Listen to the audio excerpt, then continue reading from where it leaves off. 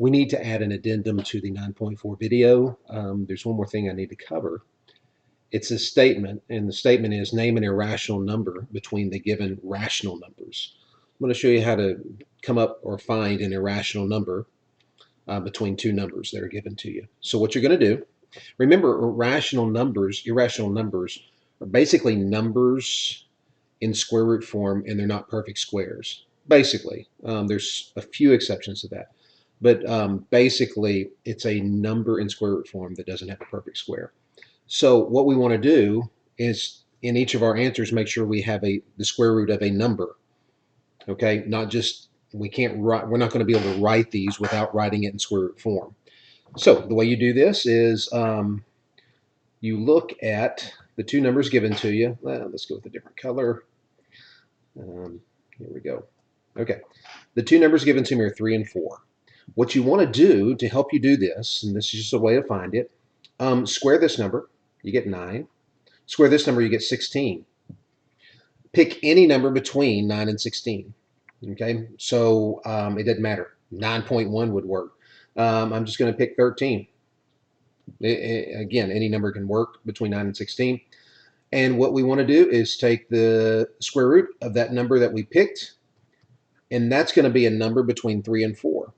And if you don't believe it, what you need to do in your calculator, take the square root of 13, and you will see it's 3.6, which is definitely a number between 3 and 4. Okay, so that method works.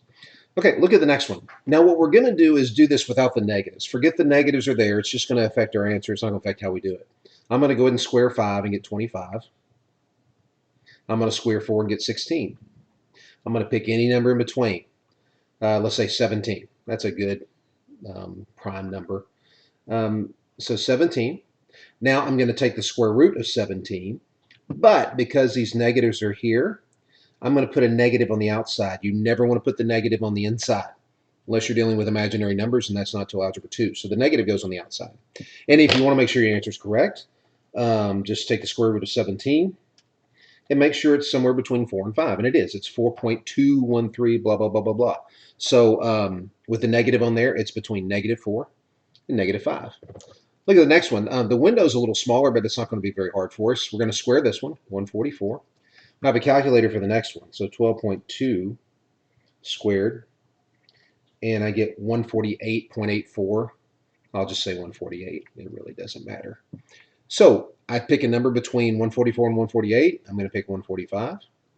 I'm going to put a square root sign on that. My square roots look like division signs. And I'm done.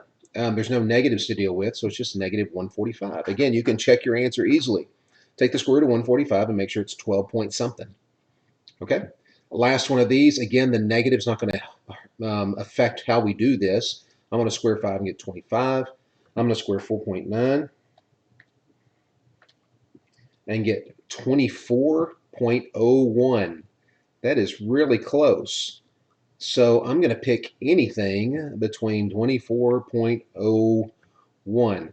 How about, and 25.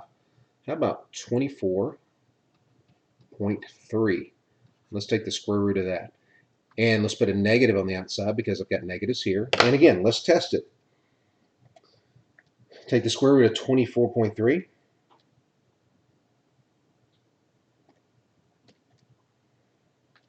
And make sure you have one crazy decimal, okay? And I do, 4.929503018, and calculator has to stop there. It's negative. This is an irrational number, okay? So that's how you're going to do any of these. We square, we find a number in between. We put a square root sign over that, and if there's a negative, we put the negative on the outside, and we can test it with our calculator and make sure we get a crazy decimal, okay? And that's how you find irrational numbers between two rational numbers.